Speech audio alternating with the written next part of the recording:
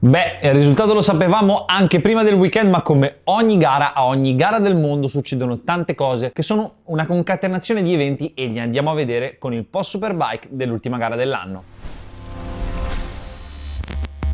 La domanda delle domande: ma Toprak ha vinto per le concessioni? Oppure Bautista è stato penalizzato? Andiamo a vedere il weekend e a fare chiarezza, perché qua c'è tanta carne al fuoco e a queste domande in realtà non c'è una sola risposta precisa, ma una serie di situazioni ed evidenze che è bene analizzare per capire. Sia in MotoGP che in Superbike i piloti di punta della casa di Borgo Panigale, le stelle, i rispettivi campioni del mondo in carica, stanno tramontando per lasciare spazio a futuri nuovi e molto diversi. In MotoGP Bagnaia ha due cagnacci come Martin e Marquez con i quali fare i conti, mentre Bautista il primo rivale ce l'ha in casa ed è il suo compagno di squadra Bulega. E poi c'è il signor Toprak. Ma perché succede questo? Se per la MotoGP ci sono motivazioni tecniche più tecniche e anche sportive, in Superbike il motivo può essere un po' regolamentare, ma principalmente sportivo. Prima di spiegarvi il perché di tutto questo, dobbiamo andare a vedere che cosa è successo questo weekend, perché lì all'interno c'è la chiave di lettura del campionato. Abbiamo visto nel pre che Jerez è una pista tosta, è un banco e prova durissimo per i piloti, perché non è particolarmente difficile come layout, ma il difficile non è andare forte. Qua ci vanno quasi tutti forte e i distacchi sono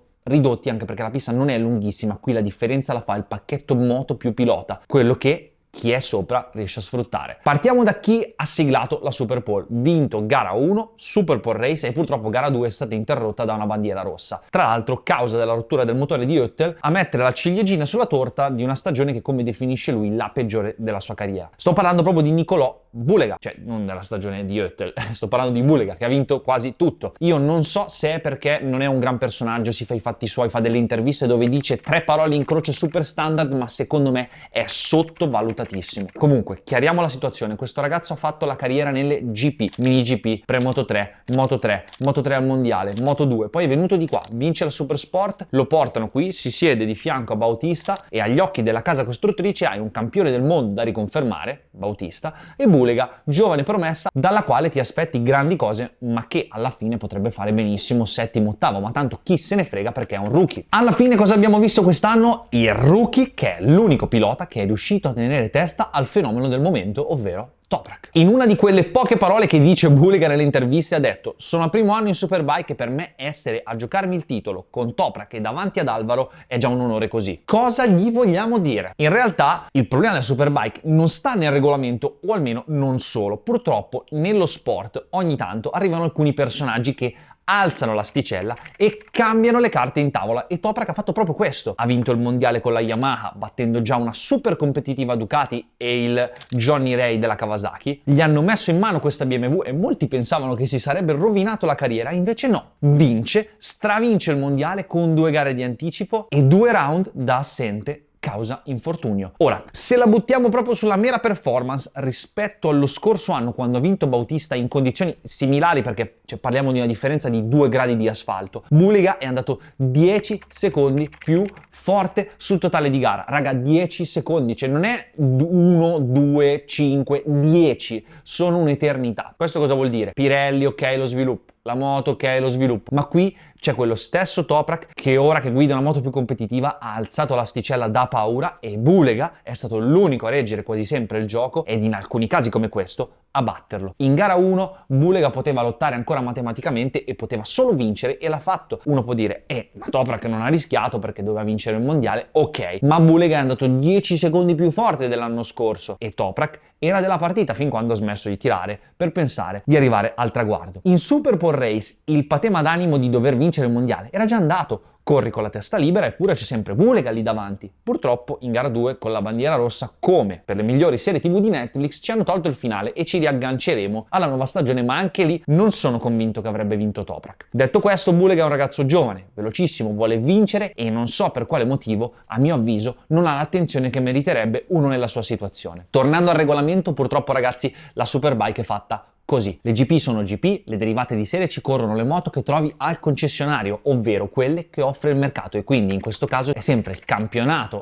ad adattarsi a quello che il mercato offre. In commercio le moto sono estremamente diverse e con filosofie distanti, quindi è necessario un regolamento di balance of performance perché le moto già al concessionario hanno basi di partenza estremamente diverse. Ma quindi il regolamento ha falsato il risultato? A mio avviso no, semplicemente Toprak nella prima parte di stagione avrebbe combattuto qualcosa di più al posto di stravincere e comunque vorrei fare presente dove sono le altre BMW. Van de Mark ottimo gregario con anche il podio, Gerloff un podio a fine stagione ma nessun risultato degno di nota da dire questa moto vincono tutti, per non parlare di Redding. Le altre Ducati sono state mediamente molto più competitive rispetto al pacchetto BMW, basti pensare a Petrucci che fa triplete e Iannone ogni tanto a podio. Ma quindi Bautista è stato veramente penalizzato al peso? Io sinceramente ci credo poco, anche perché è vero che era un'altra moto, ma un pilota della stessa corporatura di Bautista, ovvero Melandri, girava zavorrato per scelta, se non ricordo male, per ottenere più grip al posteriore e un'altra serie di vantaggi. Quindi io credo che semplicemente Bautista ha fatto il diavolo a 4 in Superbike alla fine di un'era, Toprak in Yamaha, ed ora che abbiamo alzato l'asticella semplicemente non sia più in grado di stravincere. Voglio dire che secondo me lui fa lo stesso che faceva l'anno scorso, a volte anche meglio,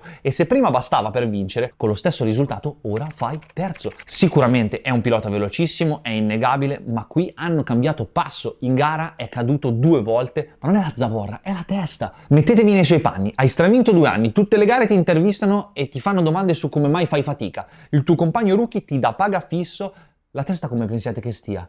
Ricordiamoci che stiamo guardando gare di piloti di moto che, per quanto sia il loro lavoro e abituati a gestire pressione e situazioni psicologicamente pesanti, sono esseri umani, alias influenzati dalle emozioni, e questo potrebbe esserne un plausibile caso. Se per ora ci siamo focalizzati sui magici 3, anche dietro c'è stato un bel casino perché Petrucci, centrato da tutto il mondo nella bagarre, è stato un po' sfortunato, Iannone un po' in difficoltà è venuto fuori in gara 2 e dobbiamo parlare dei 3 alfieri delle 3 case giapponesi che tengono alto l'onore del sollevante perché, mancando Bautista in classifica, intendo nelle posizioni che contano, Locatelli e Lowes hanno occupato il terzo gradino del podio e Lecuona e Vierge che spingono la Honda sempre più in alto, oppure ogni tanto si spingono l'un l'altro. Sì, perché il Super Pole Race Vierge ha causato la caduta di Lecuona, ovviamente non volontariamente. Honda è andata anche bene con Nagashima, che non è andato proprio pianissimo, è comunque un collaudatore e ha preso punti. Ma parlando d'altro, ed essendo la fine stagione 2024, che cosa succederà nella nuova stagione? Iannone ha rinnovato con Go11, Rinaldi lascerà la Superbike al 99% in zona EICMA, ci dirà che cosa combinerà. Al suo posto Ryan Vickers che viene dal BSB, Oettel torna in Supersport con Aruba, Redding sempre Bonovo ma con una Ducati, Gerloff con l'ultima Kawasaki ufficiale in Puccetti, Bassani e Lowes che passano a un progetto Bimota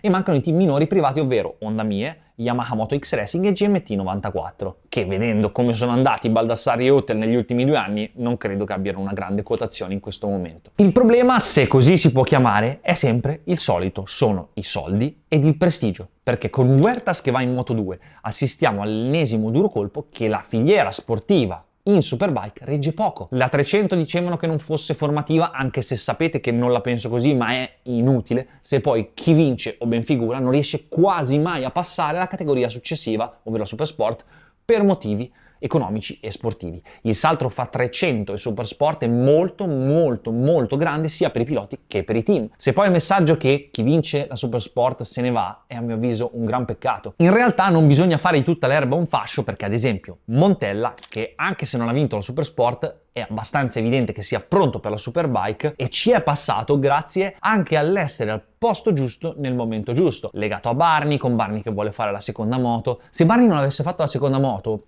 avrei avuto paura per il suo futuro, non so dove avrebbe potuto andare. Comunque è molto talentuoso e vedrete che in Superbike farà paura, fidatevi del sottoscritto. Anche Manzi è uno che la Superbike la meriterebbe tranquillamente. Nel 2026 arriverà poi la Sport Bike con le varie 660 R7 Triumph che andrà a sostituire la 300. Io personalmente le avrei tenute tutte e due, in quanto la Sport Bike a livello di prestazioni sta proprio perfettamente nel mezzo fra 300 e Supersport. Così facendo ci sarebbe una griglia in più valore per il campionato inteso come pacchetto World Superbike, che darebbe più visibilità ai team e ai piloti che ci corrono e magari sarebbero più invogliati a rimanere nel circus. Voi che cosa ne pensate in merito a questo argomento? Voglio saperlo nei commenti e vi ricordo che ci vediamo in EICMA, che ci saranno 2 eventi bellissimi, quindi vi lascio gli orari e i padiglioni. Noi ci vediamo giovedì con un nuovo video e io vi saluto.